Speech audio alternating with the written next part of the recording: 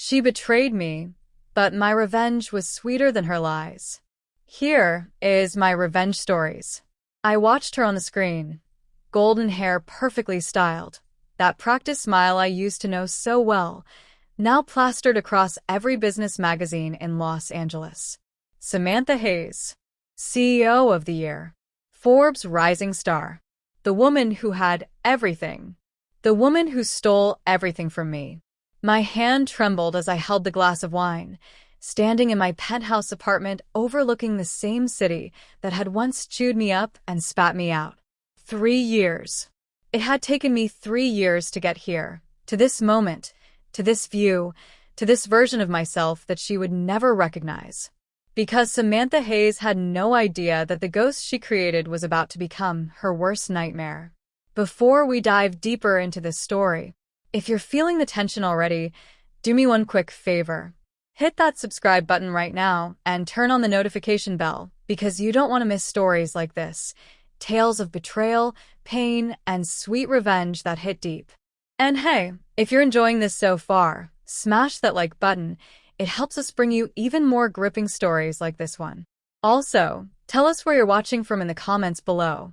I love seeing how far our stories travel. Whether you're in New York, Lagos, London, or anywhere around the world, let me know. And if you're one of the first 10 people to comment, your message might just get pinned at the top for everyone to see. Alright, are you ready? Let's get back to the story. I turned away from the window, my reflection catching in the glass. Dark hair, where there used to be blonde. Designer clothes where there used to be thrift store finds. Green contact lenses hiding the brown eyes that used to look at her with nothing but trust and love. Alicia Morgan was dead, and in her place stood Alexandra Moretti, CEO of Sterling Dynamics, the biggest threat to Samantha's empire that she didn't even see coming. Tomorrow I would walk into that boardroom. Tomorrow I would shake her hand and smile that same practice smile. Tomorrow the game would begin.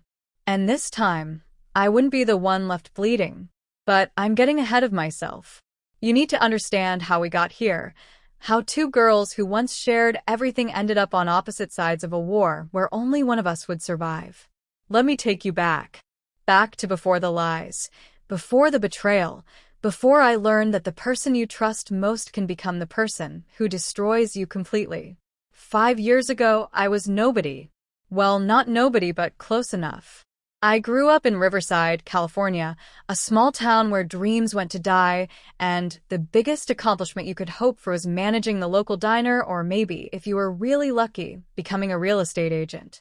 My mother cleaned houses. My father left when I was 6, and I worked 3 jobs while putting myself through community college, stupidly believing, that hard work and determination could overcome anything. That's where I met Samantha. She transferred to Riverside Community College in our 2nd year, some story about her parents moving for work, about starting over, about wanting a fresh start. She was beautiful even then, but not in the polished way she is now. Back then, she had this vulnerability about her, this softness that made you want to protect her. We met in a business fundamentals class. I remember the exact moment. She was struggling with a financial modeling assignment, tears literally forming in her eyes as she stared at her laptop. The professor had already packed up and left, and everyone else was filing out, but I couldn't just walk away. "Hey," I said, sliding into the seat next to her. "Need help?" She looked up at me with those blue eyes. God, those eyes that could make you believe anything, and nodded. "I'm drowning," she whispered. "I don't understand any of this, and if I fail this class, I'll lose my scholarship." 3 hours. I spent 3 hours in that classroom explaining financial statements, helping her understand ratios and forecasting, breaking down concepts until she finally got it. When she left, she hugged me so tight I could barely breathe. "Thank you," she said. "I don't know what I would have done without you." I should have left it at that. I should have walked away and let that be a one-time kindness. But I didn't. Because when Samantha Hayes decided to be your friend, she made you feel like you'd won the lottery. Within weeks, we were inseparable. She'd come to my apartment, A cramped studio above a laundromat where the ceiling leaked and the heat barely worked, and we'd study together, dream together, plan our futures like two kids standing at the edge of an ocean, ready to dive in. "We're going to make it, Alicia," she'd say, sprawled on my bed with notebooks scattered around her. "You and me. We're going to get out of this town and take over Los Angeles. We'll work for some amazing company, climb the ladder together, get corner offices with views that make people jealous." I'd laugh, always the more cautious one. "You make it sound so easy." "It will be easy," she insisted, "because we'll have each other." Partners, right? "No matter what." "Partners," I agreed. "No matter what." How many times did I repeat those words? How many promises did we make in that tiny apartment, believing we were building something real, something unbreakable? All of them were lies. Every single one. But I didn't know that yet. We graduated together, both of us with honors, both of us with dreams bigger than our bank accounts. I got accepted into a business program at UCLA with a partial scholarship. It wasn't enough to cover everything, but I made it work. I always made it work. Samantha struggled more. Her grades were good, but not great. Her scholarship applications kept getting rejected. I watched her confidence crumble with each denial letter, and I couldn't stand it. So I helped her. Of course, I helped her. I rewrote her application essays, making them shine. I connected her with my academic advisor, who had connections at USC. I even lent her money I didn't have for application fees, money I earned from my night shift at a diner, where drunk college kids left shitty tips and even shittier attitudes. When she got accepted to USC's business program, she cried in my arms. "I couldn't have done this without you," she said. "You saved me, Alicia. I swear I'm going to pay you back for everything. When we make it big, I'll never forget what you did for me." Another promise. Another lie. We moved to Los Angeles together that summer, two small-town girls with big dreams and a shared two-bedroom apartment in Koreatown that cost more per month than our families made in 3.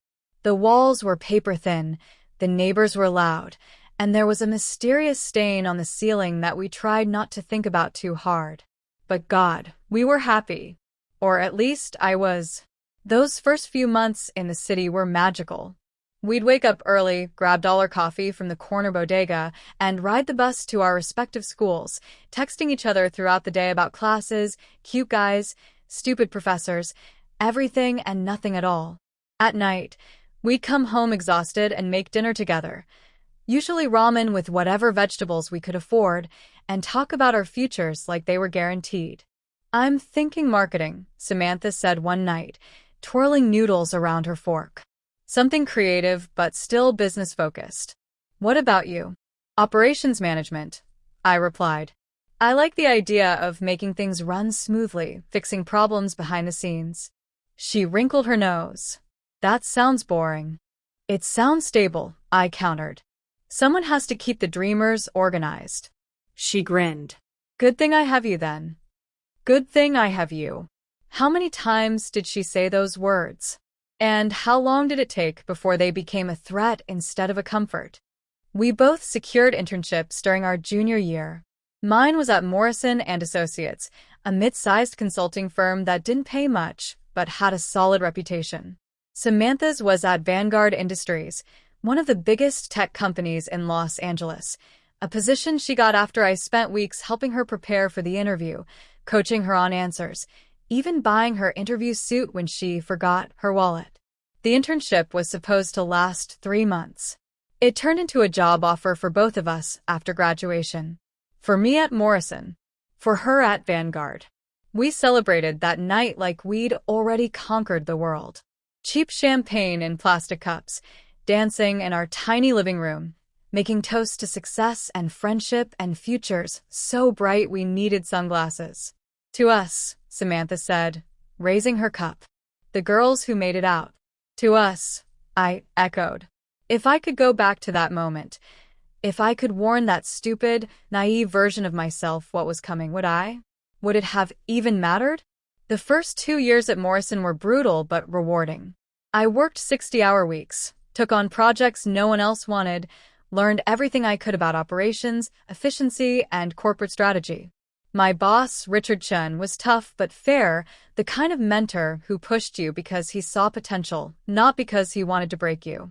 "You've got something special, Alicia," he told me during my first performance review. "You see problems before they become disasters. That's rare." I thrived on that feedback. I lived for it. Because growing up the way I did, you learn to prove yourself constantly.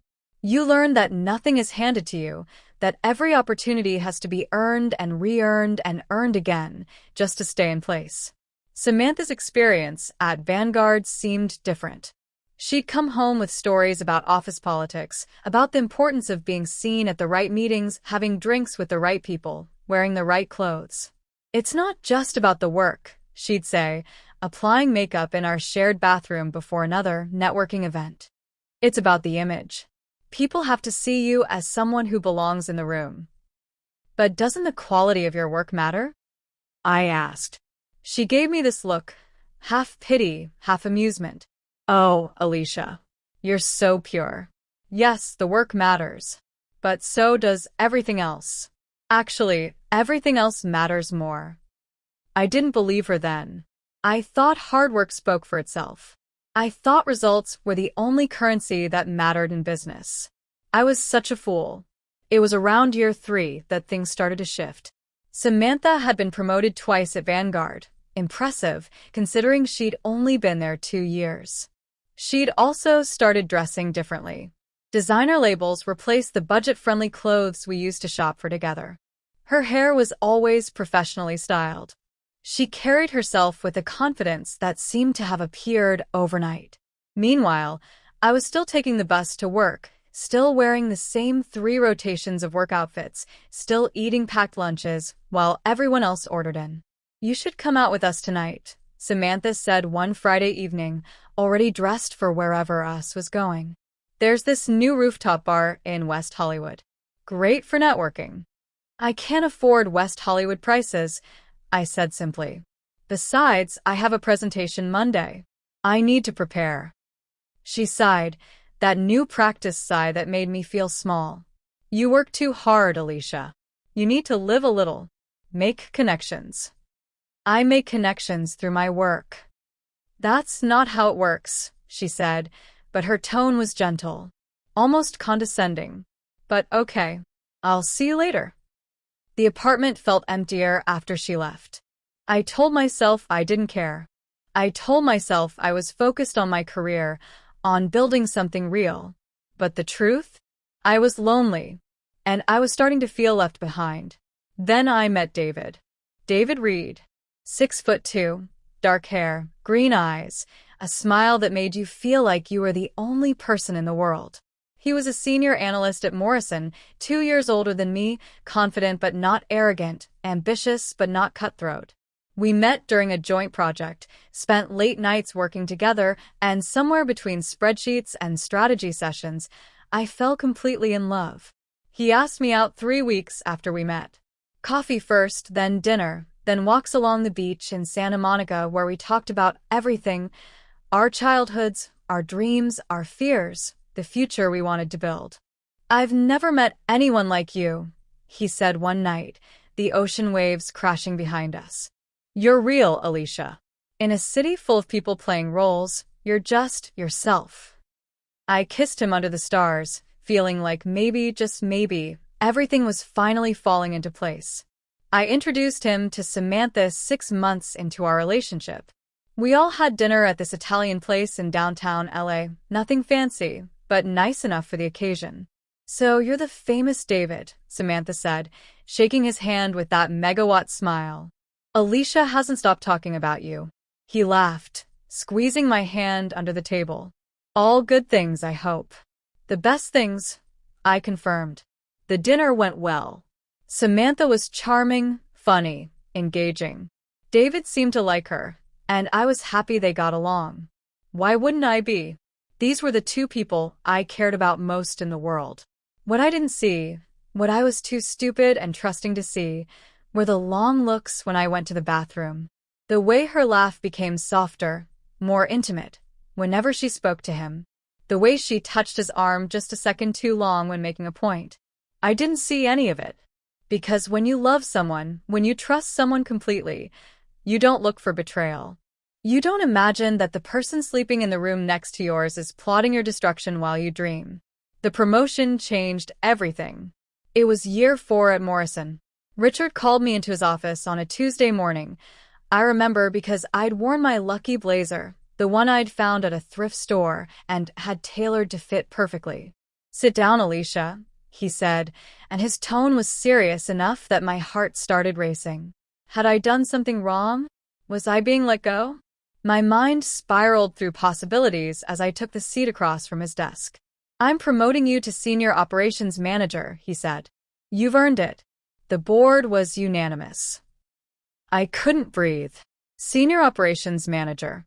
It was the position I'd been working toward for years, the kind of role that came with real responsibility, real influence, a real salary that would finally let me stop counting every dollar. "The announcement goes public next week," Richard continued. "But I wanted to tell you first. You've done exceptional work, Alicia. This company is lucky to have you." I floated out of his office. I literally floated. My feet didn't touch the ground all the way back to my desk. I texted Samantha immediately. "Big news." Can't say yet. "Dinner tonight to celebrate?" She replied quickly. "Always. Your place or mine?" "Yours. I'll bring wine." That night, I told her everything. We sat on her bed. She'd moved to a nicer apartment in West LA by then, a 1-bedroom with actual closet space and working heat, and I spilled every detail about the promotion, about Richard's words, about finally feeling like I'd made it. Samantha hugged me, smiled at me, told me she was proud of me. "You deserve this," she said. "You've worked so hard." I believed her. Why wouldn't I? But over the next few days, something changed. Samantha became distant. She stopped texting as much. When I'd suggest dinner or drinks, she'd say she was busy. Work stuff. Networking stuff. Important stuff. "Everything okay?" I asked one night when I caught her at home. "Fine," she said, but she wouldn't meet my eyes. "Just stressed. Big project at work." I let it go. I was riding too high on my own success to notice the storm brewing. The announcement was scheduled for the following Monday. Richard wanted to make it official at the morning all-hands meeting. I woke up that Monday feeling like I could conquer the world. I wore my best outfit, a navy dress I'd saved up for, heels that made me 3 inches taller, subtle makeup that took me 20 minutes to perfect. I walked into Morrison's building at 8:45 a.m., ready for the meeting that would change my life. At 9 a.m., Richard called me into his office again. This time, his face was different. Grim. Uncomfortable. "Sit down, Alicia." The same words as before, but the tone was completely wrong. "What's going on?" I asked, that floating feeling evaporating instantly. He sighed, rubbing his temples. "I received some information over the weekend." "Information about you, that's concerning." My stomach dropped. "What kind of information?" "About your work on the Nexus project. Specifically, about data you allegedly falsified to make the numbers look better than they were." I stared at him. "That's not true. I didn't falsify anything." "There's also the matter of your relationship with David Reed and whether it's created conflicts of interest in project assignments." "We disclosed our relationship to HR immediately," I said, my voice rising. "We followed every protocol. And there are questions about your academic credentials, whether you actually earned your degree or if there were irregularities." That's when I knew. That's when every piece clicked into place with horrible, crystal clarity. "Who told you these things?" I demanded. Richard looked genuinely sympathetic. "The information came from multiple sources. Anonymous reports, documentation, witnesses." "Alicia, I don't want to believe any of this, but I have to take these allegations seriously. Until we complete a full investigation, I'm suspending you from the promotion consideration." No. The word came out as a whisper. "No, Richard, please. These are lies. Someone is lying about me." If they are lies, the investigation will prove that. But until then, my hands are tied. I'm sorry, Alicia. I really am. I left his office in a daze.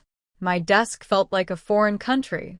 My coworkers looked at me differently, or was I imagining it? Was paranoia setting in already, or did they actually know something? I called Samantha. No answer. I texted her, emergency. Need to talk. Please call. She didn't respond. David found me at lunch, sitting alone in the courtyard, unable to eat, unable to think. Hey, he said, sliding onto the bench next to me. I heard something happened. Are you okay? I wanted to collapse into him. I wanted to tell him everything, to have him hold me and promise it would be okay. But when I looked at him, something was off. His eyes didn't meet mine quite right. His hand didn't reach for mine like it usually did.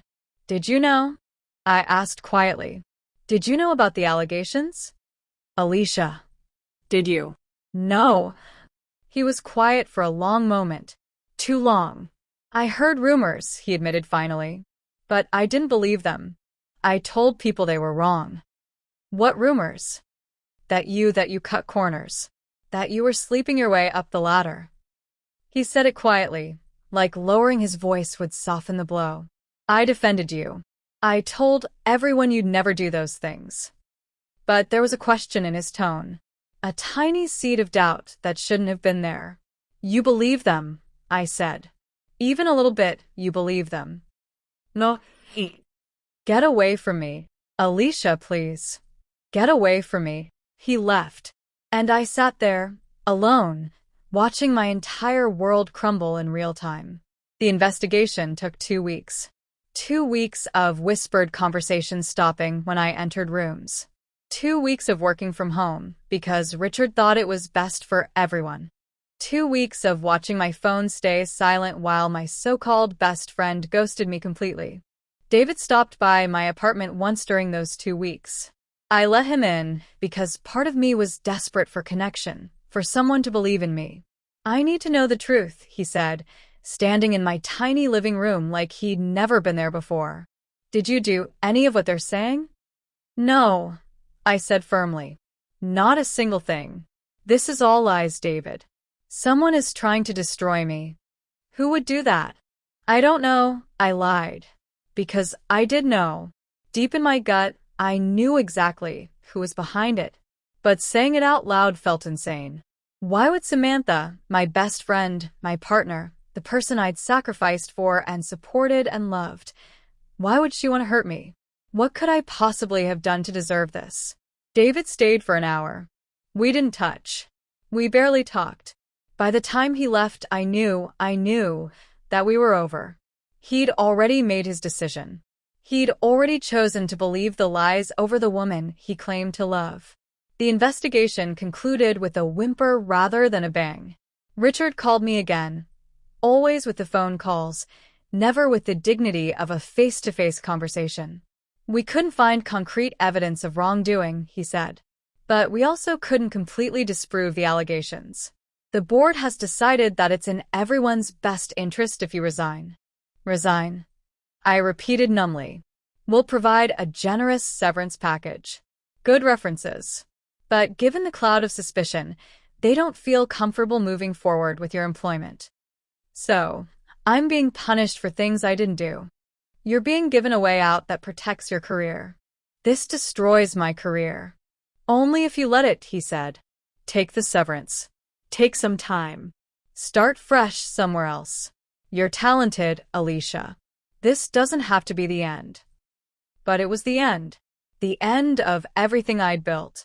The end of 4 years of 70-hour weeks and sacrifice weekends, and every ounce of effort I'd poured into proving I belonged.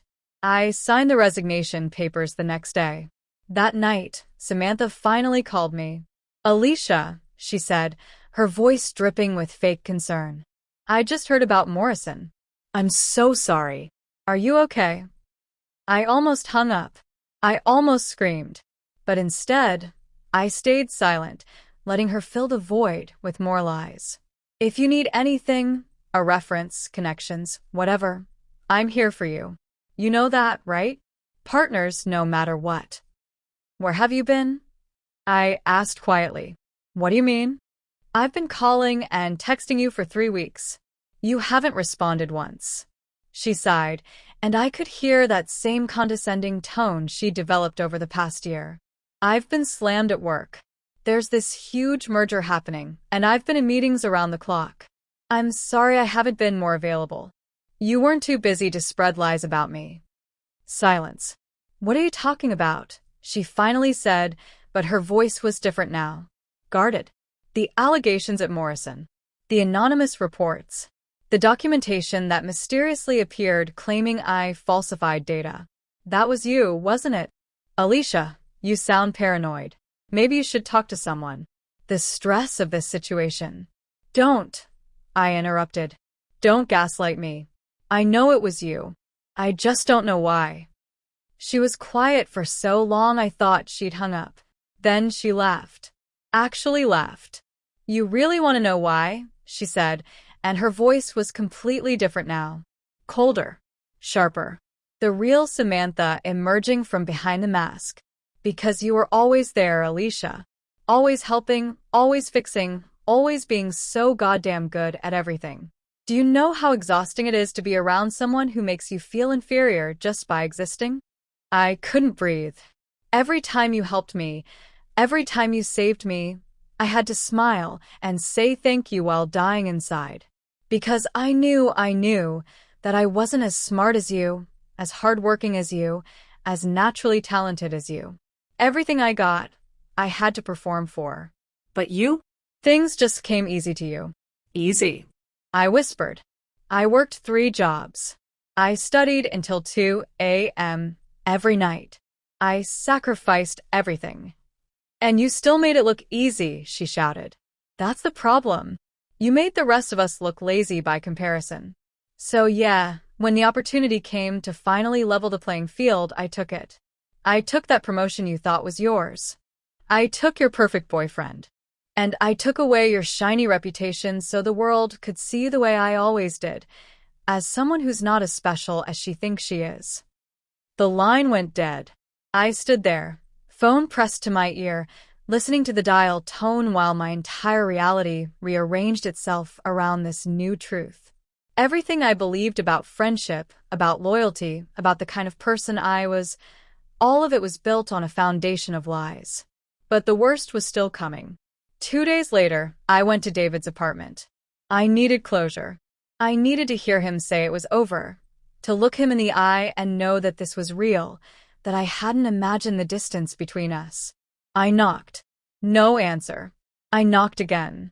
The door opened, and there she was, Samantha, wearing one of David's t-shirts, her hair messy, Her feet bare. Behind her, David appeared, also disheveled, his expression shifting from surprise to guilt in a fraction of a second. Alicia, he started. But I was already walking away. I didn't run. I didn't cry. I just walked, one foot in front of the other, down the hallway, down the stairs, out of the building, into the Los Angeles sunshine that suddenly felt like it was burning my skin. I walked for hours. Through neighborhoods I didn't know, past people I didn't see, while the voice in my head screamed questions I couldn't answer. How long? How long had they been sleeping together while he kissed me goodnight?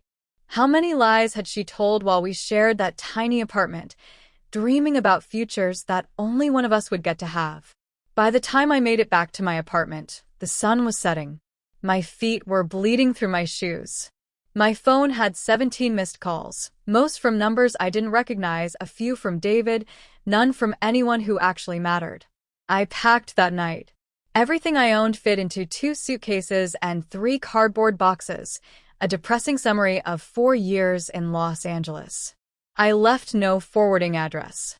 I blocked every number I knew. I withdrew my savings, pathetically small after the severance ran out, and bought a one-way bus ticket to San Francisco. As the bus pulled away from the station at 6 a.m., I took one last look at the city that had promised me everything and delivered nothing but pain. I was 26 years old. I had no job, no friends, no relationship, no reputation, and no future. But I had something else. I had rage. Pure, crystalline, focused rage that burned in my chest like a star-going supernova. Samantha thought she'd destroyed me. She thought she'd won. But she'd made one critical mistake. She'd left me alive. And alive meant I could come back. Alive meant I could make her pay for every single lie. Before we go further into this story, if you're feeling the tension already, do me one quick favor. Hit that subscribe button right now and turn on the notification bell because you don't want to miss stories like this. Tales of betrayal, pain, and sweet revenge that hit deep. And hey, if you're enjoying this so far, smash that like button. It helps us bring you even more gripping stories like this one. Also, tell us where you're watching from in the comments below. I love seeing how far our stories travel. Whether you're in New York, Lagos, London, or anywhere around the world, let me know. And if you're one of the first 10 people to comment, your message might just get pinned at the top for everyone to see. Alright, are you ready? Let's get back to the story. San Francisco welcomed me with fog and rain, appropriate for the ghost I'd become. I spent the first 2 weeks in a hostel, sharing a room with 5 other people, staring at the ceiling at 3 a.m. while the snores and nightmares of strangers provided the soundtrack to my unraveling. I should have been broken. I should have been defeated. Anyone else would have been. But that rage I mentioned? It kept me warm. It kept me breathing. It kept me getting up every morning and searching for jobs, even though my resume now had a suspicious gap and my references were poison. The rejections came fast and brutal. We've decided to go with other candidates. Your qualifications don't quite match our needs. We've filled the position internally. Translation: we heard the rumors. We don't want the liability. We don't believe your side of the story. By week 3, my savings were almost gone. I was down to 1 meal a day, ramen again, but not the kind I used to eat with Samantha while laughing about our futures. This was the kind you eat alone in a hostel bathroom because you can't stand the pity in strangers' eyes. I was at rock bottom, and rock bottom has a way of clarifying things. I made a list, an actual, physical list in a notebook I'd stolen from a coffee shop. What I know: I'm talented, no matter what they say. I'm smart, no matter what they took. I'm capable of rebuilding because I've done it before. What they took: my reputation, my career, my identity as Alicia Morgan. What they can never take: my brain, my determination, my memory of exactly who did this to me. Under that last section, I wrote 2 names: Samantha Hayes David Reed. And then, in capital letters, make them pay. That night, I applied for a position as a receptionist at a startup called Technova Solutions. It was a massive step down from senior operations manager. It paid barely above minimum wage. It was located in a sketchy part of Soma where needles dotted the sidewalks and the smell of urine was a permanent fixture. I got the interview. I got the job. 2 days later, I started my new life as the person who answered phones and managed calendars for a company of 12 people operating out of a converted warehouse. It felt like failure. It felt like humiliation. It felt like everything Samantha had wanted for me. But here's what I learned about rock bottom: it's solid. You can build on it. Technova was run by a woman named Claire Mendoza, 45, brilliant, terrifying, and utterly unimpressed by pedigree or polish. She'd built 3 successful companies and sold them all, and now she was building her 4th because she was bored being rich. "You're overqualified for this position," she said during my interview, her dark eyes seeing through every word of my carefully crafted lies about why a UCLA business grad wanted to answer phones. "I need a job," I said simply. "And I'm willing to work hard." "Why'd you leave Los Angeles?" "Personal reasons." "Which means professional disaster," she said. "Someone screwed you over." I didn't respond. She studied me for a long moment. "I don't care about your past. I care about what you can do now. Can you show up on time, work hard, and not create drama in my company?" "Yes." Good. "You start Monday. Don't make me regret this." I worked at that reception desk for 3 months. I answered phones, I scheduled meetings, I ordered supplies, and I smiled at clients who treated me like furniture. But every night, I stayed late. After everyone left, I'd sit at my desk and teach myself everything I could about venture capital, startup strategy, and the tech industry. I read every article, watched every lecture, studied every successful company, and every spectacular failure. I was building myself back up, brick by brick. Claire noticed. "You're still here?" she said one night, finding me at 11 p.m. with 17 browser tabs open and a cold cup of coffee at my elbow. "Just doing some research," I said. "For personal development." She looked at my screen.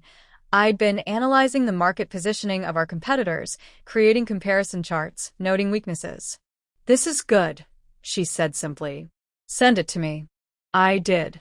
The next morning, she called me into her office. "You've been wasting your talent at that desk," she said. "I'm moving you to operations. Junior level, but with room to grow if you prove yourself." "Thank you," I managed. "Don't thank me. Earn it." I did. God, I earned it. I worked 80-hour weeks. I optimized processes, cut costs by 30%, and streamlined operations until Technova ran like a machine. Within 6 months, Claire promoted me to operations director. "You're the best hire I've ever made," she told me during my review. "Whatever happened to you before? They were idiots to let you go." That's when I knew it was time to tell her. Not everything, not the whole pathetic story, but enough. "I was betrayed," I said simply, "by someone I trusted. It cost me my career and my reputation. I came here to start over." Claire nodded slowly. "And now?" "Now I'm rebuilding." "No," she said, leaning forward. "Now you're thriving. There's a difference. Starting over implies you're trying to get back to where you were. But I see something different in you, Alicia. I see someone who's aiming higher than she ever did before." She was right. Somewhere in the midst of the 80-hour weeks and the brutal self-improvement and the nights studying until my eyes burned, I'd stopped trying to become Alicia Morgan again. I was becoming something else. Something sharper. Something dangerous. "I want you to meet someone," Claire said. "Her name is Victoria Sterling. She runs a private equity firm that invests in companies like mine. She's looking for someone to head up operations for her acquisitions. I recommended you." My heart stopped. "Victoria Sterling?" "Of Sterling Dynamics." "You've heard of her." I'd heard of her. Everyone in business had heard of her. Victoria Sterling was a legend, a woman who'd built an empire acquiring struggling companies, turning them around, and selling them for massive profits. She was ruthless, brilliant, and famously selective about who she worked with. Why would she want me? Because I told her about you. Because she trusts my judgment. And because, from what I understand, she has her eye on a particular acquisition in Los Angeles. Someone with your background might be useful. Los Angeles. The word hit me like a physical blow. "What acquisition?" I asked carefully. "Can't say yet. But if you're interested in the interview, it's next Tuesday. Downtown San Francisco. Don't fuck it up." I didn't fuck it up. Victoria Sterling's office was everything mine at Morrison had never been. Floor-to-ceiling windows, modern art, furniture that cost more than my yearly salary. The woman herself was in her mid-50s, impeccably dressed in a black suit, her gray hair cut in a sharp bob that matched her personality.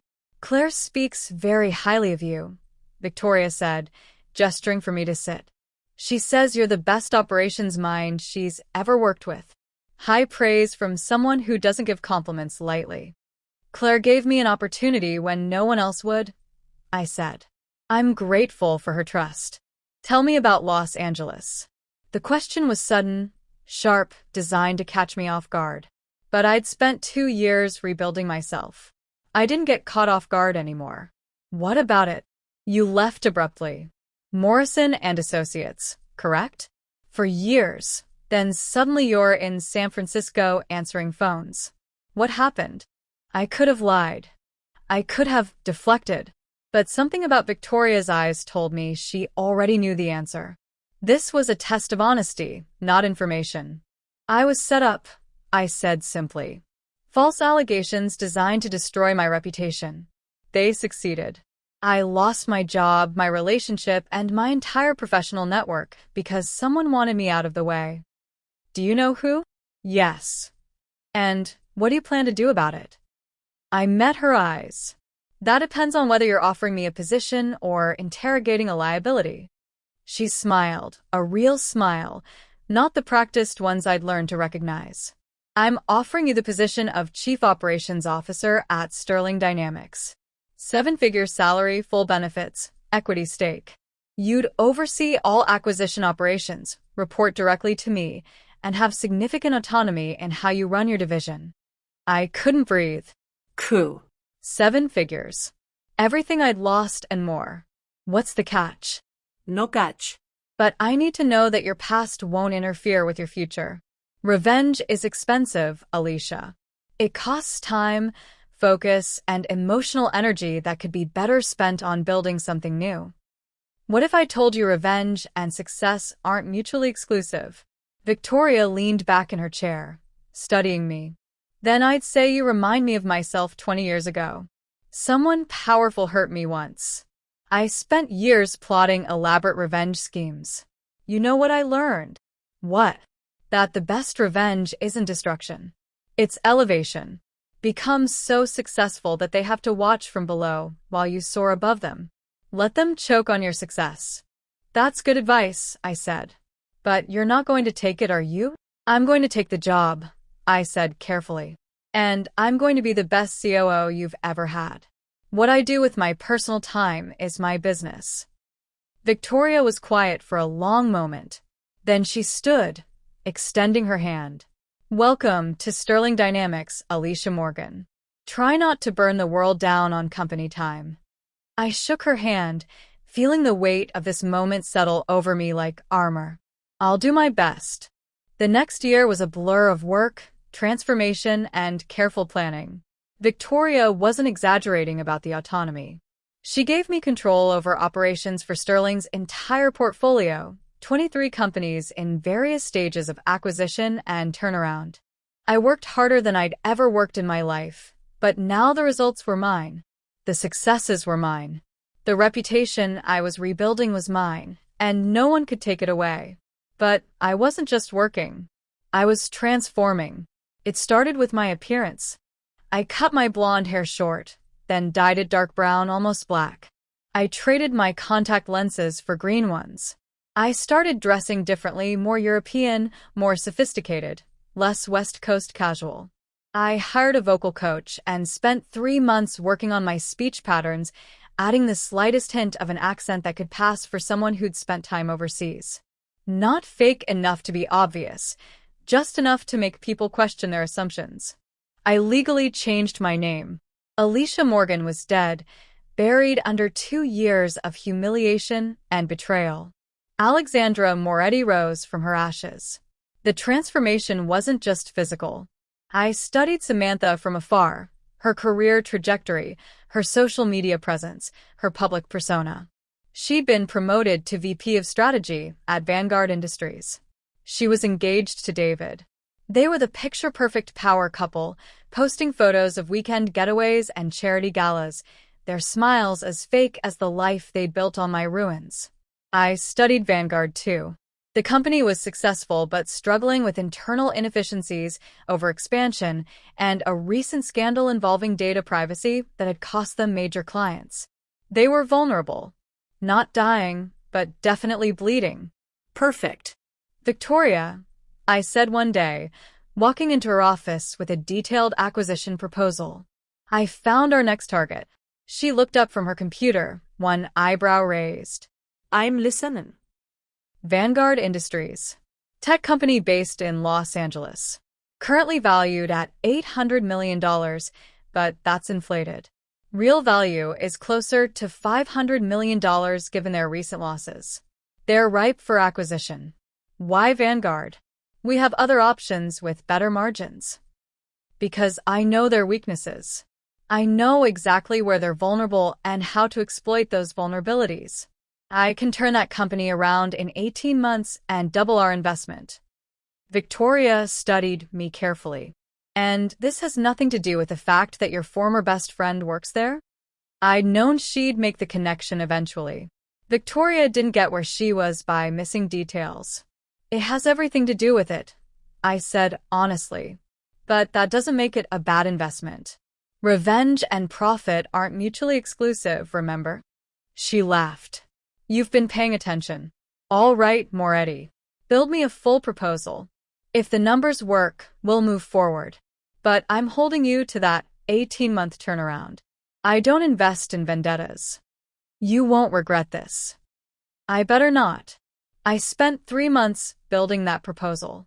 Every number was checked and rechecked. Every projection was conservative. Every risk was identified and mitigated. By the time I presented it to Victoria and the Sterling Dynamics board, it was bulletproof. They approved the acquisition. Phase 1 was simple. Buy up Vanguard's debt. We did it quietly, through shell companies and private transactions that wouldn't raise red flags. Within 2 months, Sterling Dynamics owned 40% of Vanguard's corporate debt. Phase 2. Approach them with an offer. A friendly acquisition, we called it. A partnership that would benefit both companies. Victoria made the initial contact. Vanguard's CEO, Richard Chun. Yes, the same Richard who'd let me go from Morrison and then moved to Vanguard 2 years ago, agreed to a meeting. I'm sending my COO to handle the negotiations, Victoria told him. Alexandra Moretti. She's the best I have. That's how I found myself, 3 years after fleeing Los Angeles in disgrace, walking back into the city as the COO of a company that could make or break Vanguard's future. I checked into a suite at the Four Seasons. I bought a new wardrobe, power suits that cost more than my first car, shoes that made me 4 inches taller, accessories that screamed success. I looked at myself in the mirror and saw a stranger. A beautiful, powerful, dangerous stranger. Good, I thought.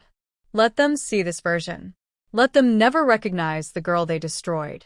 The meeting was scheduled for Monday morning at Vanguard's headquarters. I arrived 15 minutes early, my heels clicking against the marble floors like a countdown. The receptionist smiled at me. Ms. Moretti? They're ready for you in the executive conference room. 10th floor. I rode the elevator up, my heart pounding but my face perfectly calm. Years of practice had taught me to hide everything behind a mask of professional composure. The doors opened. I stepped into the hallway, and there she was. Samantha Hayes, walking toward me with a coffee in hand, looking at her phone, completely oblivious to the ghost from her past standing 10 feet away. She was older, obviously. 29 now, same as me. Still beautiful, but there were lines around her eyes that weren't there before. Stress lines. The cost of maintaining perfection. She looked up. Our eyes met, and she walked right past me, without a flicker of recognition. I exhaled slowly. The disguise worked. Alexandra Moretti was invisible to Alicia Morgan's former best friend. Perfect. The conference room held 5 people. Richard Chun, now CEO of Vanguard. 2 other executives I didn't recognize. A lawyer. And Samantha, who took her seat at the table with the confidence of someone who never faced consequences for her actions. Ms. Moretti, Richard said, standing to shake my hand. Thank you for coming.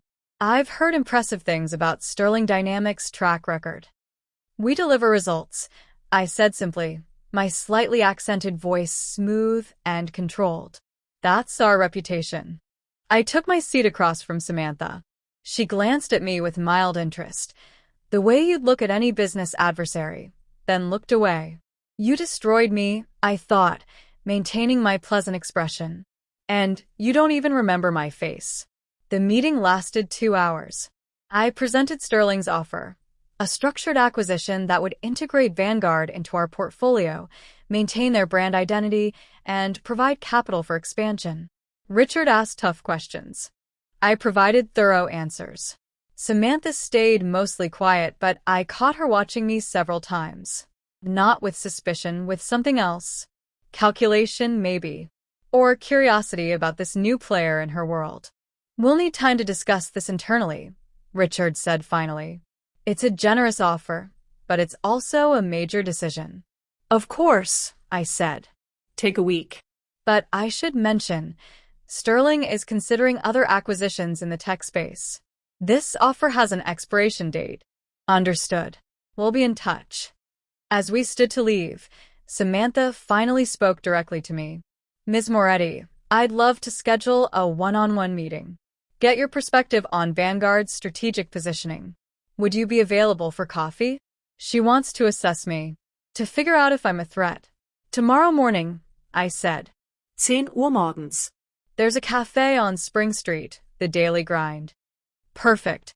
I'll see you there." I left Vanguard's office building and walked 2 blocks before allowing myself to react. My hands were shaking. My breath came in short gasps. But underneath the adrenaline and the fear, there was something else. Excitement. Because it had started. The game was in motion. And Samantha Hayes had no idea she was already losing. The cafe was busy, but not crowded when I arrived the next morning. I chose a corner table with a view of the door, ordering a black coffee and opening my laptop like I was reviewing documents. Samantha arrived exactly on time. She'd always been punctual, I remembered. Another detail from our old life that made this moment surreal. "Ms. Moretti," she said, sliding into the seat across from me. "Thank you for making time." "Call me Alexandra," I said. "And it's my pleasure. I always like to understand the companies we're considering acquiring." She ordered a latte oat milk, 2 pumps of vanilla, extra foam. Her order hadn't changed in 3 years. The thought made me want to laugh and cry simultaneously. "So," she said once the barista left. "Sterling Dynamics. Impressive reputation. How long have you been with them?" 3 years. I joined as COO after running operations for a startup in San Francisco. "You must have quite a background to land a C-suite position at a firm like Sterling." "I work hard. I deliver results. That's all that matters in business." She smiled, that same practice smile. If only it were that simple. In my experience, success requires more than hard work. It requires knowing how to navigate relationships, politics, and positioning yourself correctly. "Oh, I know," I thought. "You taught me that lesson very well." "Perhaps," I said aloud. "But I prefer to let my work speak for itself." "How refreshing," she said, and there was the slightest edge to her tone. "You don't find that approach limiting?" "Not at all. I find it liberating. When your success is based on actual merit, you never have to worry about maintaining a facade." Her eyes narrowed slightly. Just for a second, but I caught it. "Is there something you wanted to discuss about the acquisition?" I asked, shifting the conversation before she could respond. "Specific concerns about Sterling's proposal?" She recovered quickly, her pleasant expression sliding back into place. "I want to understand Sterling's long-term vision for Vanguard. What changes you'd implement, how it would affect existing employees and leadership." "We're not in the business of destroying companies," I said. "We acquire them, optimize them, and make them more profitable. Good leadership is retained. Poor leadership is replaced." It's simple economics. And how do you determine which is which? Results. Accountability. Integrity. I paused, letting each word land. We look at track records. We investigate how people achieve their positions. We're very thorough. Something flickered across her face. Was it nervousness? Guilt? Or was I imagining things, projecting my own knowledge onto her micro-expressions? "That sounds intense," she said. "It's necessary. You'd be surprised how many executives have skeletons in their closets. False credentials, fabricated achievements, success built on sabotaging others." I sipped my coffee. "Those people never survive our due diligence." No, I imagine they wouldn't. We talked for another 30 minutes, surface-level conversation about market trends, industry challenges, strategic positioning. But underneath every word was a current of tension that I fed carefully, watching her reactions, planting seeds of doubt. When we finally stood to leave, she extended her hand. "This was enlightening, Alexandra. I look forward to working with you." "Likewise," I said, shaking her hand. "I have a feeling this acquisition will be very revealing for everyone involved." I watched her walk away, her heels clicking against the sidewalk, her posture perfect, her life still intact. "Enjoy it while it lasts," I thought, "because I'm about to dismantle everything you built on my bones." Vanguard accepted Sterling's acquisition offer 2 weeks later. The announcement made headlines in the tech section of major business publications. Sterling Dynamics acquires Vanguard Industries in $650 million deal. I read the articles from my apartment, a penthouse in West Hollywood now, with views of the city that had once defeated me. The irony wasn't lost on me. Victoria called that evening. "Congratulations, Alexandra. Now comes the hard part, making good on your promises." "I'm ready." "I know you are. But remember what I said about revenge. Don't let it cloud your judgment. We're here to make money, not settle scores." "They're the same thing," I said. "Trust me." The integration process began immediately. Sterling's team moved into Vanguard's offices, conducting audits, reviewing operations, analyzing every department. I led the charge, working directly with existing leadership to understand workflows, identify inefficiencies, and prepare recommendations, which meant working closely with Samantha. She'd been promoted again, SVP of Strategy and Operations. Essentially, she was second in command under Richard, with oversight of most major initiatives. How appropriate, I thought. She'll have the best view of her own destruction. Our first official meeting as colleagues happened in Vanguard's main conference room. Samantha presented an overview of current strategic initiatives, expansion plans, partnership opportunities, new product developments. She was good. I had to admit it. She'd learned a lot in 5 years, absorbed enough knowledge, and mimicked enough competence that she could almost pass as genuinely talented. But I saw the cracks. The places where she was compensating for lack of deep understanding with buzzwords and confidence. The initiatives that looked impressive on slides but had no real substance behind them. "These expansion plans," I said, interrupting her mid-presentation. "What's the projected ROI timeline?" She hesitated. Just for a second. 18 to 24 months to profitability. "Based on what metrics?" "Market analysis, customer acquisition projections, operational costs." "Show me the underlying data." She clicked through several slides, showing charts and graphs that looked impressive but felt hollow. "These projections assume a 15% year-over-year growth rate," I said.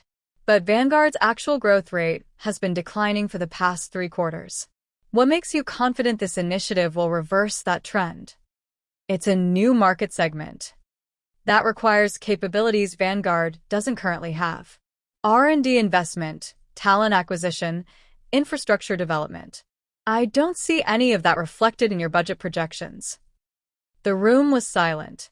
Other executives shifted uncomfortably. Samantha's smile had frozen on her face. "Perhaps we could discuss this offline," she said tightly. "I don't think so. These are fundamental questions that should have been answered before proposing such a significant investment." Sterling's acquisition was approved based on Vanguard's current operations being solid. If strategic initiatives are built on flawed assumptions, that's a problem. Richard intervened. "Alexandra raises valid concerns. Samantha, can you prepare a more detailed analysis for our next meeting?" "Of course," she said, her voice carefully controlled. But when the meeting ended and people filed out, I caught the look she gave me. Not friendly curiosity anymore. Not professional assessment. Hostility. Good. Let her see me as a threat. Let her feel the ground shifting under her feet. Over the next month, I systematically dismantled every initiative Samantha had championed. Not obviously, I was too smart for that. But with careful questions, detailed audits, and requests for documentation that revealed the lack of substance behind her impressive presentations. The partnership deal she'd negotiated? I found contract clauses that were heavily unfavorable to Vanguard, likely because she hadn't understood the legal implications. The new product launch she was so proud of? Market analysis showed it was poorly positioned and likely to fail. The team restructuring she'd implemented? It had actually decreased efficiency and increased costs, though she'd presented it as an improvement. One by one, I exposed her incompetence. Not with anger or obvious vendetta, but with calm, professional analysis that no one could argue against. "You're making enemies," Richard warned me one day.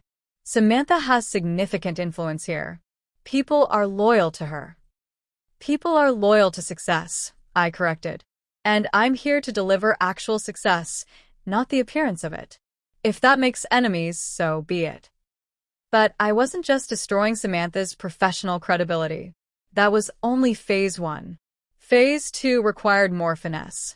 I started attending Vanguard's social events, the happy hours, the networking mixers, the charity galas where employees mingled with clients and partners.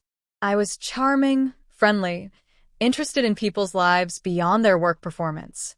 I made friends, real ones, or at least real enough. And through those friendships, I learned things.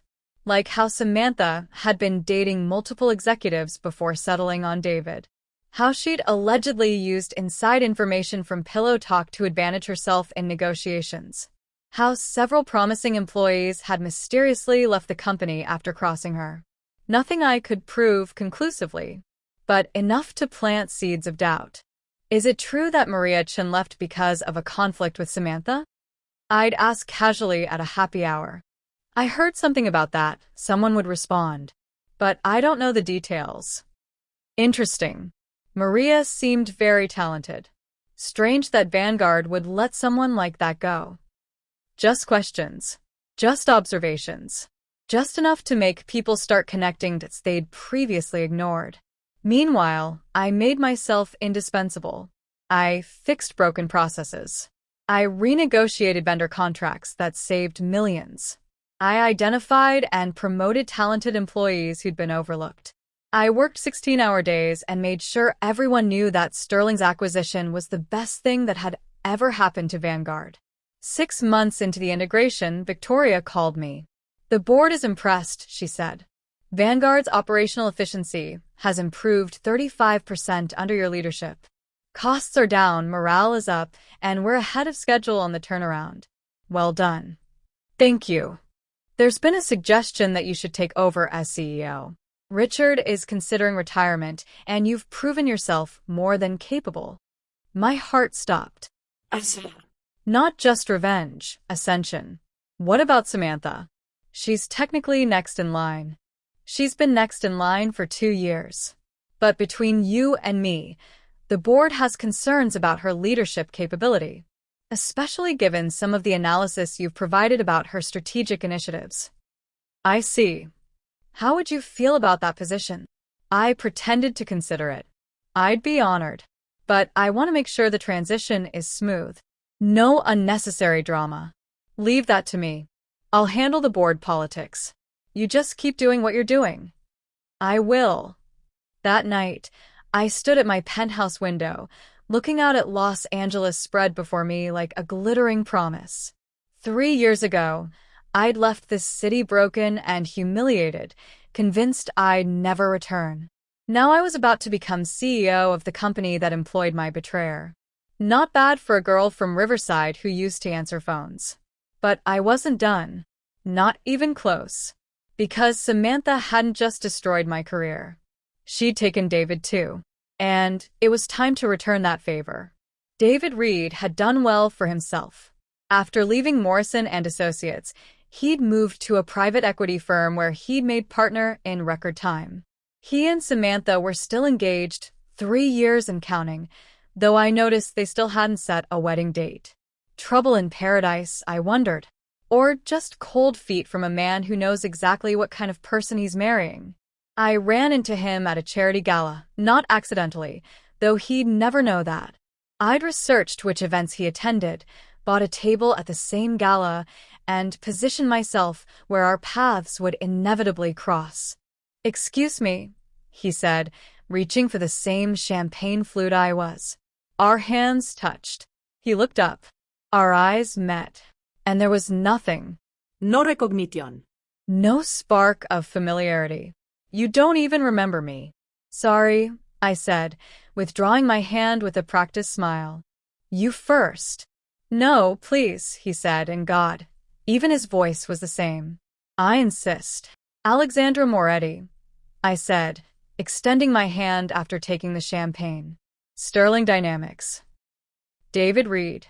Horizon Capital. He shook my hand, his grip firm, professional. Sterling's the firm that acquired Vanguard, right? That's us.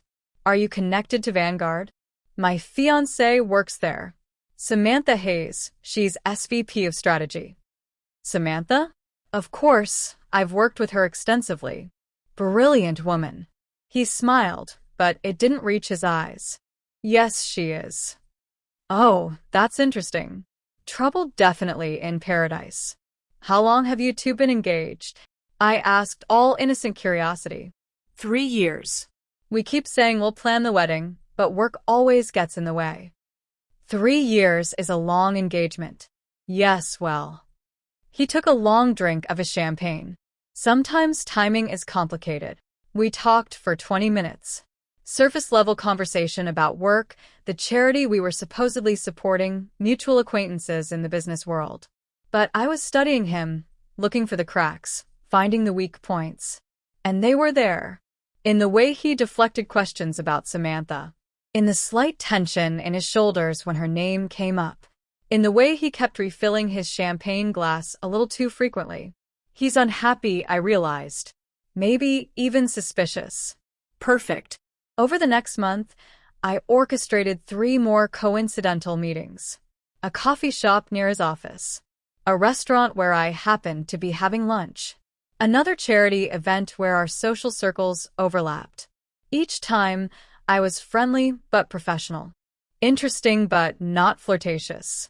I let him seek me out, let him suggest we grab coffee sometime to discuss a potential deal between Sterling and Horizon.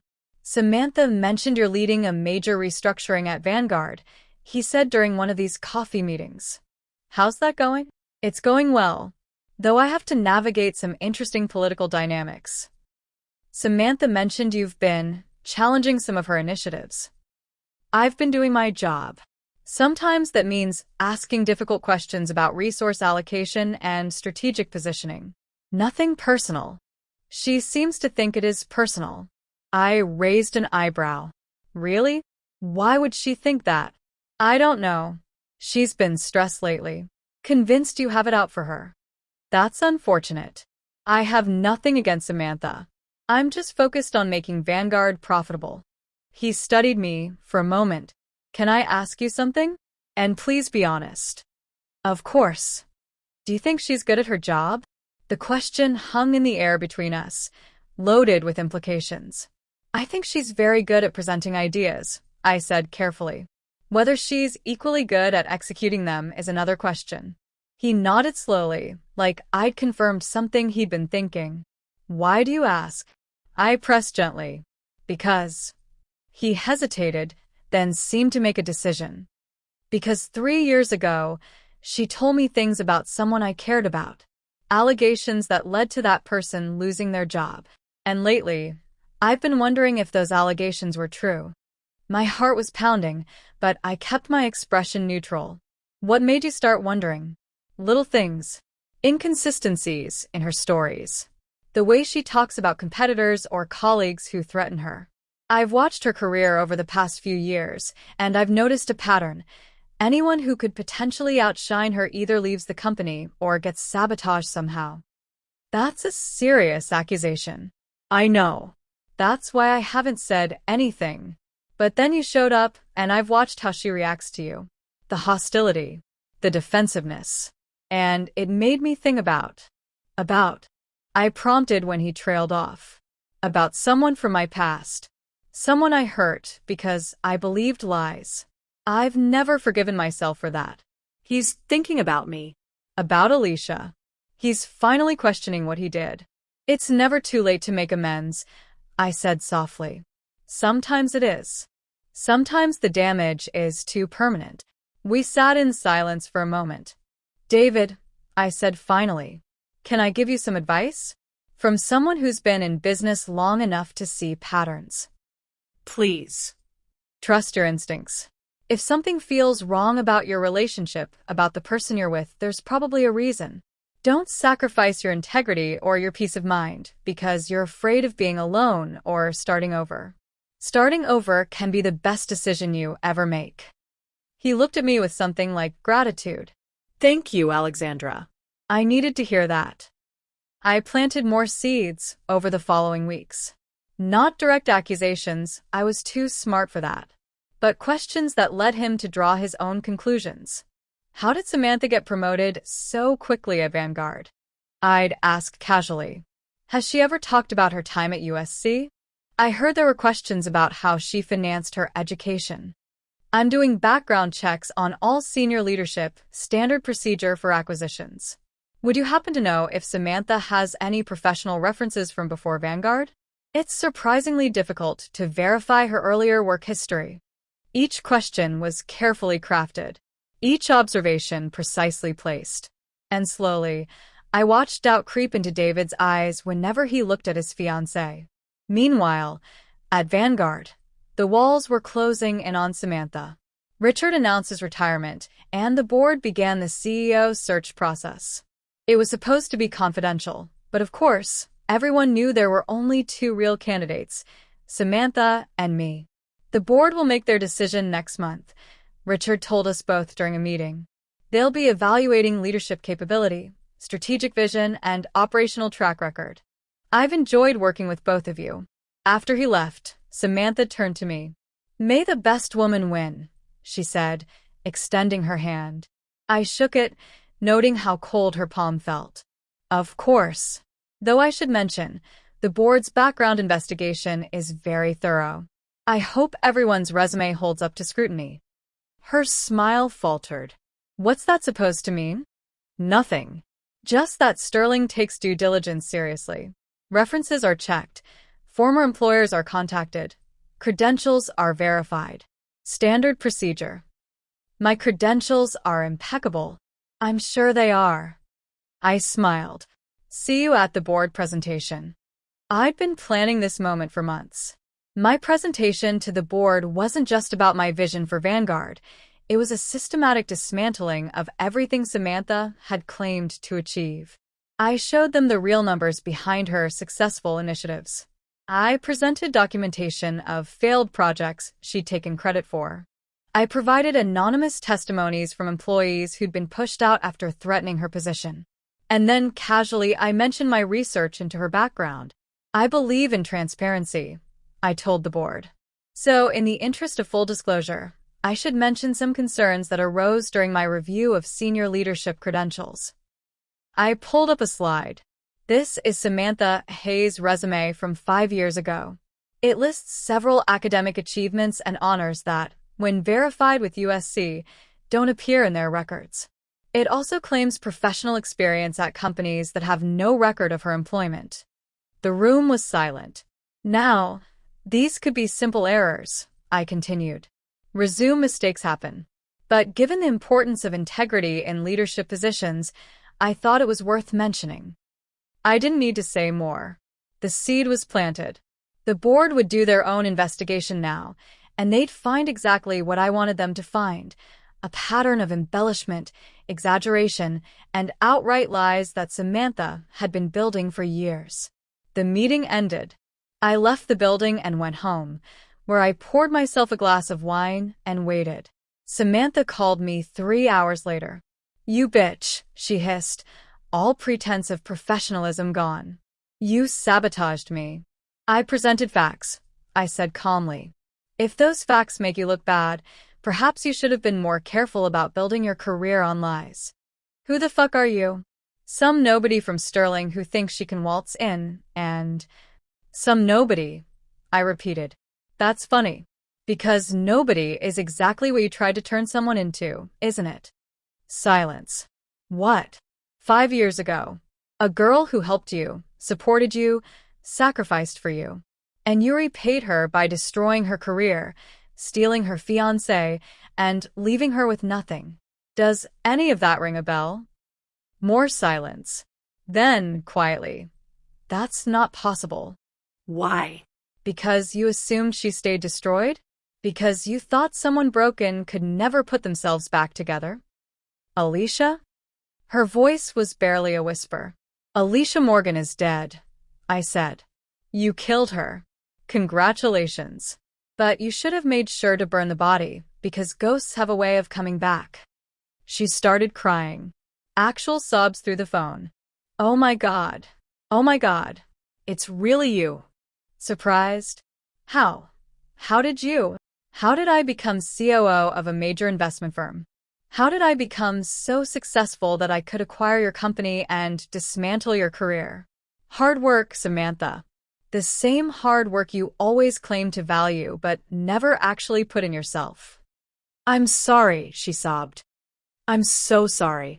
I was jealous and insecure, and I made terrible mistakes. But please, Alicia, Alexandra, please don't do this. I'll resign. I'll leave Vanguard. Just don't destroy everything. You mean like you destroyed everything for me? I was different then. I was young and stupid, and you were 24. Not a child. Old enough to know that what you were doing was evil. And you did it anyway. Please, tell me something, I interrupted. Did you ever feel guilty? Even once in the past 5 years, did you think about what you did to me and feel bad about it? She was quiet for so long, I thought she'd hung up. Yes, she finally whispered. Sometimes. Late at night, I'd think about you and wonder where you went. If you were okay. But then I'd push it away because thinking about it hurt too much. Hurt you too much. How very self-centered. What do you want from me? Money? Public apology? I'll do whatever you want. Just tell me how to fix this. You can't fix this, I said simply. You can't undo 5 years of lies and theft and betrayal. All you can do is face the consequences. The consequences? You're going to cost me my job, my reputation, and your fiancé, I added. Oh yes, I've been talking to David, planting little seeds of doubt, asking careful questions, watching him slowly realize that the woman he's engaged to isn't who he thought she was. You're evil. I laughed. Actually laughed. I'm evil. I'm giving you exactly what you gave me. I'm returning the favor. If that's evil, then what does that make you? I was your friend. Friends don't destroy friends. I shouted, my composure finally cracking. Friends don't lie and steal and manipulate. Friends don't watch someone. They claim to love, lose everything, and feel no remorse. So, don't you dare call yourself my friend. You were a parasite. And now the host has had enough. I hung up. My hands were shaking. My heart was racing.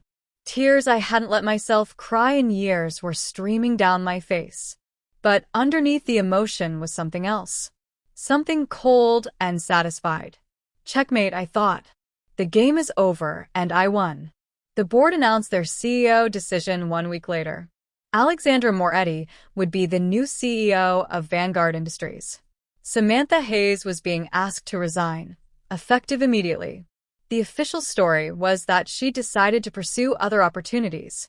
The unofficial story, the one that would spread through industry gossip channels, was that she'd been forced out due to credential fraud and performance concerns. Her perfect reputation was shattered. Her career was in ruins. Her 5 years of climbing the ladder had been erased in 5 months of systematic exposure. I sat in my new office, the corner office with floor-to-ceiling windows overlooking Los Angeles, and felt absolutely nothing. No triumph. No satisfaction. Just emptiness. Is this what victory feels like? David called me 2 days after the announcement. I need to see you, he said. Please. There's something I need to say. We met at a quiet restaurant in Santa Monica, away from the business district where we might be recognized. He looked exhausted, dark circles under his eyes, his suit rumpled in a way the old David never would have allowed. I ended it with Samantha, he said as soon as we sat down. She tried to explain, tried to justify what she did to you 5 years ago, but I couldn't hear it. I couldn't stay with someone who could do something so cruel. I'm sorry, I said, and part of me meant it. Don't be. I should have figured it out years ago. I should have trusted you instead of believing her lies. I should have. His voice broke. God, Alicia, I'm so sorry. I'm so incredibly sorry for everything I did to you. For doubting you. For abandoning you when you needed me most. For being too weak and stupid to see the truth. I looked at this man I'd once loved. This man I'd imagined building a life with. And I felt nothing. The anger was gone. The pain was gone. Even the desire for revenge against him specifically had evaporated. He'd been a victim too in his way. A pawn in Samantha's game, just like me. I forgive you, I said quietly. He looked up, tears in his eyes. You do. You were lied to by someone you trusted. You made the wrong choice, but you were manipulated into it. That doesn't excuse what you did, but I understand it. Is there any chance? He reached across the table for my hand. Could we ever? I know I don't deserve it, but could we try again? Start over. I pulled my hand back gently. No, David. We can't. Why not? We loved each other once. We could. Because I'm not the same person you fell in love with, I interrupted. Alicia Morgan was soft and trusting and believed the best in people. Alexandra Moretti knows better. She's harder, colder, and honestly, I'm not sure she's capable of the kind of love that Alicia once gave you. I don't believe that. Then you're still seeing what you want to see instead of what's real. I stood. I hope you find happiness, David. I really do. But you won't find it with me. That ship didn't just sail. It burned and sank 5 years ago. I left him sitting there, and I didn't look back. Samantha tried to find work after leaving Vanguard. I know because I tracked her applications, her interviews, her desperate attempts to salvage her career. I didn't actively sabotage her. I didn't need to. Her reputation preceded her. The questions about her credentials, the whispers about why she'd really left Vanguard, the pattern of failures that I'd exposed, all of it followed her like a shadow. Within 3 months, she'd moved back to Riverside. Back to the small town we'd both dreamed of escaping. Back to the life she'd tried so hard to outrun. I could have left it there. I could have been satisfied with taking everything she'd stolen and more. But I wanted her to know, really know, what she'd done and what it had cost. So 6 months after becoming CEO, I drove to Riverside. It was a Saturday afternoon. The town looked exactly the same rundown shopping center, same cracked sidewalks, same sense of dreams deferred and opportunities missed. I found her working at a real estate office. Not as an agent, as a receptionist. The same kind of position I'd held when I was rebuilding myself in San Francisco. The poetry of it, I thought. She looked up when I walked in, and the color drained from her face. Hello, Samantha, I said. She just stared at me. Can we talk? Maybe take a walk. She nodded mutely, telling her supervisor she was taking her break. We walked to the park where we used to study together as college students, sitting on the same bench where we'd once dreamed about conquering the world. Why are you here? She asked finally, her voice hollow. I wanted to see how you were doing. She laughed bitterly. How do you think I'm doing? I lost everything. My career, my relationship, my reputation. I'm 29 years old and answering phones in my hometown. I'm exactly where I was 7 years ago, except now everyone knows I'm a failure. Sounds familiar, I said quietly. She flinched. I know that's what I did to you. And I know I deserve this. She turned to me, tears streaming down her face. I just want you to know that I really am sorry. Not because I got caught. Not because I'm facing consequences. But because I genuinely, truly regret hurting you. Do you know why you did it? I asked. I've spent 3 years trying to understand. Why someone I loved like a sister would want to destroy me. She was quiet for a long time. Because you were better than me, she said finally. At everything. School, work, relationships. Everything came easier to you. And I know what you're going to say, that you worked hard, that nothing was easy. But from where I stood, watching you succeed at things I struggled with, it felt easy. It felt like you were naturally talented, and I was naturally mediocre.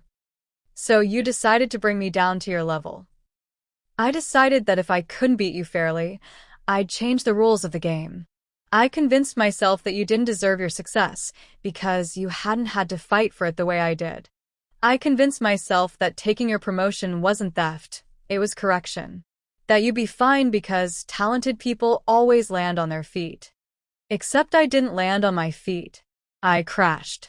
Hard. I know. And by the time I realized what I'd really done, by the time the guilt started eating at me, it was too late. You were gone. And I was terrified that if I tried to find you, tried to make it right, I'd lose everything I'd built on top of your ruins. She wiped her eyes. I'm a coward, Alicia. I'm selfish and insecure, and I destroyed the best friendship I ever had because I couldn't handle my own jealousy. You have every right to hate me. I hate myself. I watched her cry, this woman who'd once been my whole world. And I realized something. The revenge I'd planned so carefully, executed so perfectly, it hadn't made me feel better. It hadn't healed the wound she'd created. It had just created a new wound in someone else. I don't hate you, I said quietly. She looked up, shocked. How? After everything I did. Because hating you means carrying you with me forever. It means letting what you did continue to define who I am. And I'm tired, Samantha. I'm tired of anger and planning and revenge. I just want to move forward. I don't understand. You came all this way. I came to tell you that it's over. The vendetta, the revenge, the need to make you pay. It's done. You've lost everything, and so have I in a way. We both sacrificed who we were for success, you by cheating, me by becoming someone capable of destroying another person so thoroughly. I stood.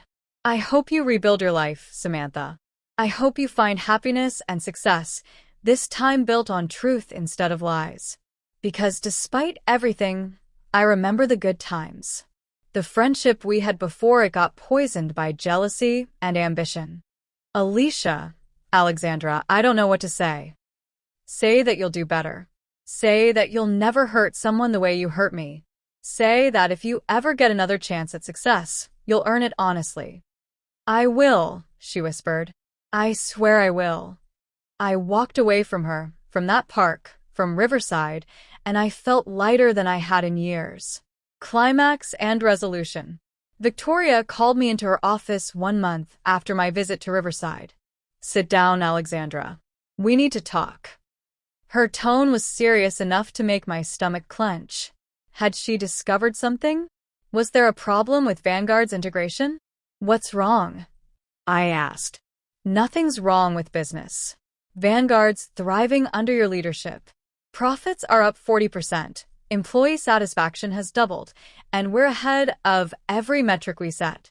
You're the best CEO I've ever appointed. Thank you. So, what's this about? She studied me for a long moment. I want to know if you're happy. The question caught me off guard. What? Are you happy, Alexandra? Because you've accomplished everything you set out to do. You've rebuilt your career, surpassed your original position, and proven yourself at the highest levels. But when I look at you, I don't see satisfaction. I see exhaustion. I didn't know what to say. I've watched you over the past year, Victoria continued. I've watched you execute a perfect revenge scheme. I've watched you systematically dismantle someone who hurt you. And I've watched you become more and more hollow as you succeeded. I'm fine. No, you're not. You're successful, powerful, and respected. But you're not happy. And I recognize that look, because I wore it for years after I got my revenge. She leaned forward. Here's what I learned, and what I wish someone had told me 20 years ago. Revenge is a meal that eats you from the inside. Even when you win, you lose something essential. Some part of yourself that believed in justice, in fairness, in the possibility of redemption. What are you saying? I'm saying that you have a choice now. You can keep being Alexandra Moretti, the woman who destroyed her enemy and proved her worth. Or you can figure out who you want to be next. Because the revenge is done, Alexandra. The question is, what comes after? I left her office and went home, her words echoing in my head. That night, I stood at my penthouse window, looking out at Los Angeles. The city that had broken me. The city that had forged me. The city I'd conquered. And I realized Victoria was right. I'd won. I'd achieved everything I set out to achieve. Samantha had lost her career, her relationship, her reputation. David had lost the woman he thought he loved. I'd proven that I could rebuild myself, succeed at the highest levels, and execute a flawless plan. But what had I gained? A bigger apartment, a more impressive title, a bank account that would have made 23-year-old Alicia weep with joy. But no friends, no relationships, no one who knew the real me. Not Alicia, not Alexandra, but whoever existed between those two identities. I'd spent 3 years becoming someone strong enough to exact revenge. But in the process, I'd lost the parts of myself that had made Alicia Morgan worth defending in the first place. The kindness, the trust, the belief that people were generally good and that hard work mattered more than manipulation. Samantha had stolen my career and my relationship. But my revenge had stolen something even more valuable, my ability to believe in anything beyond power and success. So what now? I thought, what does the rest of my life look like? I made a decision that night. The next morning, I called my assistant, set up a charitable foundation under my name, focus on scholarships for women from low-income backgrounds pursuing business degrees.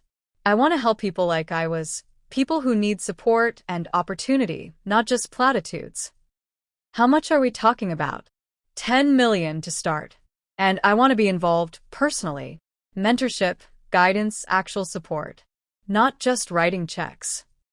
I called Victoria next. I'm accepting the CEO position permanently. But I'm making some changes. What kind of changes? I want to implement a culture review at Vanguard. Real accountability for leadership, genuine opportunities for advancement based on merit, zero tolerance for the kind of toxic behavior that I exposed. I want to build a company where people like Alicia Morgan can succeed without being sabotaged. That sounds good.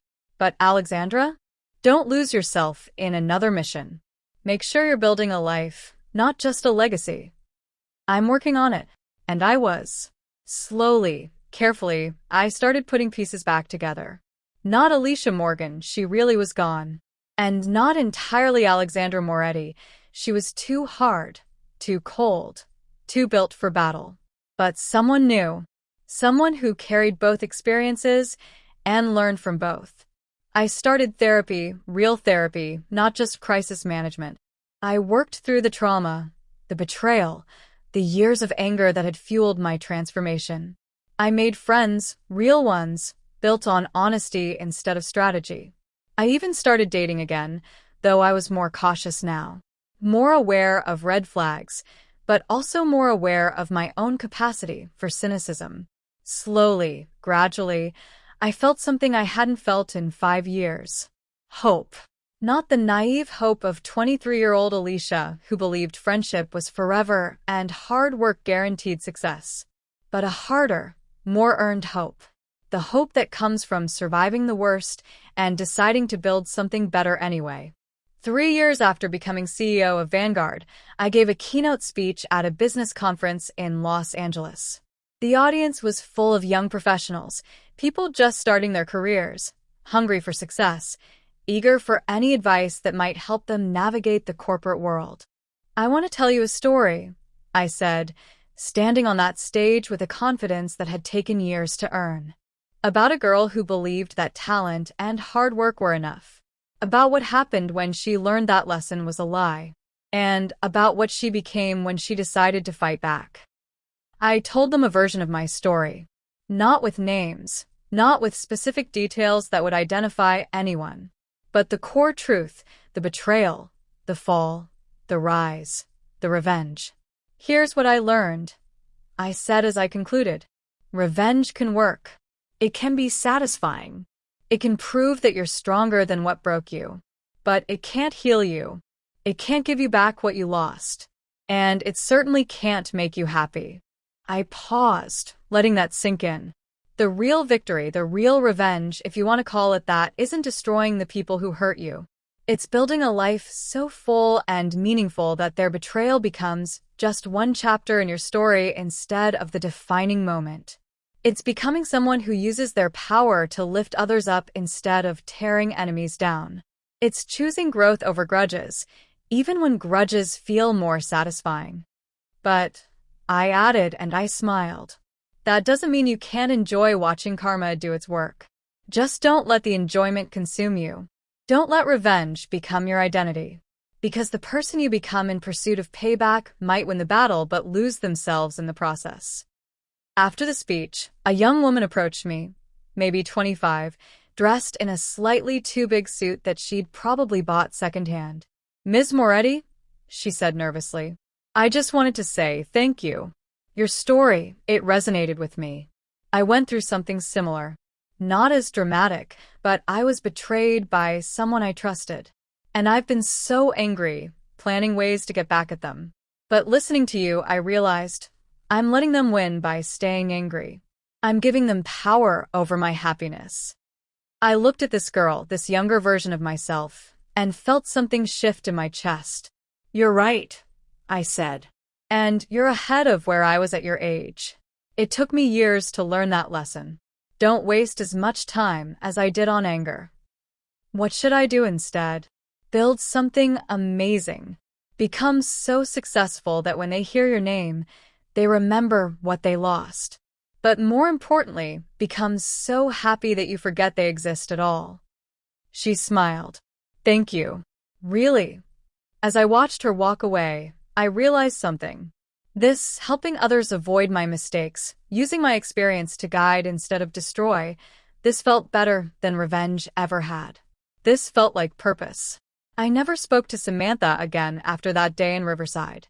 But I heard through the grapevine that she'd started over. Went back to school, got legitimate credentials this time. Started working for a small nonprofit, helping low-income students navigate the college application process. It was humble work, quiet work, the kind of work that would never make headlines or earn her a spot on Forbes' Rising Stars. But it was honest. And according to mutual acquaintances, she was good at it. Really good, in a way she'd never been good at corporate strategy, because this work came from genuine desire to help rather than desperate need to prove herself. I was glad. Not for her sake. I wasn't that generous. But for my own. Because her rebuilding meant I didn't have to carry the guilt of completely destroying her. It meant that my revenge, while brutal, hadn't been fatal. We'd both survived. We'd both changed. And maybe, in some twisted way, we'd both learned the lessons we needed to learn. David sent me a card on my 32nd birthday. Just a simple message. "Happy birthday. I hope you've found the happiness you deserve." D. I didn't respond. Some chapters need to stay closed. But I kept the card. A reminder that forgiveness doesn't require reconnection. That you can release anger without inviting people back into your life. Victoria retired 6 months after my keynote speech. She called me to her house, a beautiful estate in Malibu, for the announcement. "I'm stepping down from Sterling," she said. "Fully retired this time. And I'm recommending you as my replacement." "Me?" "Victoria, I'm already running Vanguard, which you've turned into a model company. But Sterling needs new leadership, and you're the best person for it.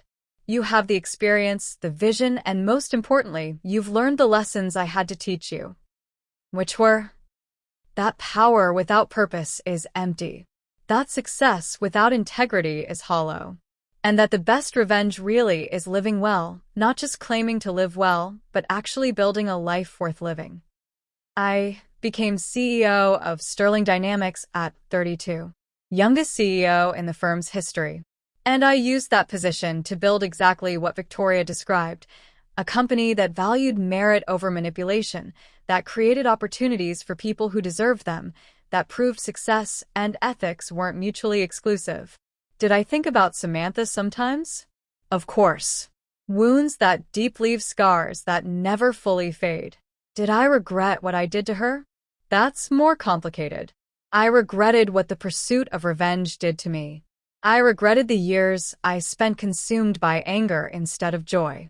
I regretted becoming someone capable of cold, calculated destruction. But did I regret taking back what she stole? Did I regret proving that I was better than her lies claimed? Did I regret showing the world and myself that I could rebuild from nothing and soar higher than I'd ever flown before? No. I didn't regret that. Because sometimes, not always, but sometimes, the betrayed need to become strong enough to reclaim their stolen power.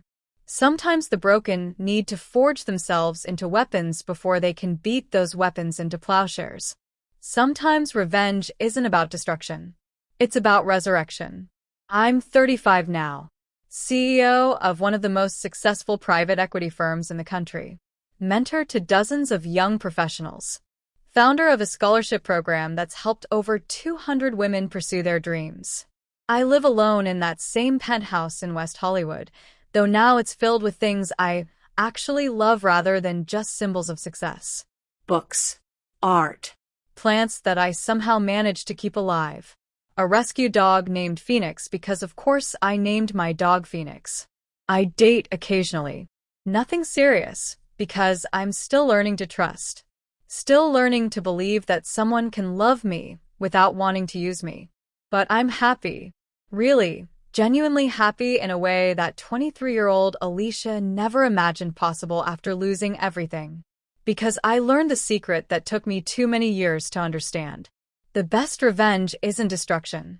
It's transformation. Samantha tried to destroy Alicia Morgan, and she succeeded. But from those ashes rose someone stronger, smarter, more capable than Alicia ever could have been. Someone who knows that trust is earned and that loyalty is precious and that success built on lies will always crumble eventually. Someone who knows her worth and doesn't need external validation to prove it. Someone who chooses kindness when possible and strength when necessary. That's the real victory. Not that I destroyed my enemy, but that I built myself into someone my enemy could never destroy again. Last month, I received an email. No return address, just a message. Dear Alexandra, I saw your name in Forbes. CEO of Sterling Dynamics. Philanthropist. Industry leader.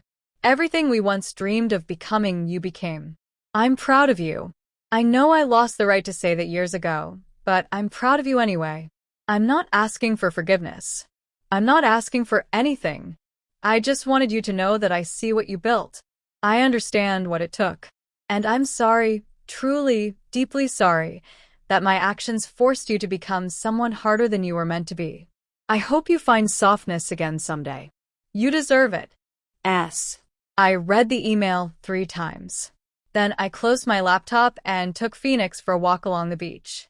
The sunset was beautiful that evening, all oranges and pinks and purples bleeding across the sky like watercolors.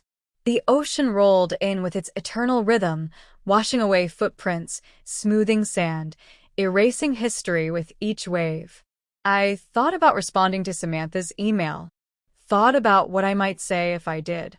But in the end, I decided silence was the right response.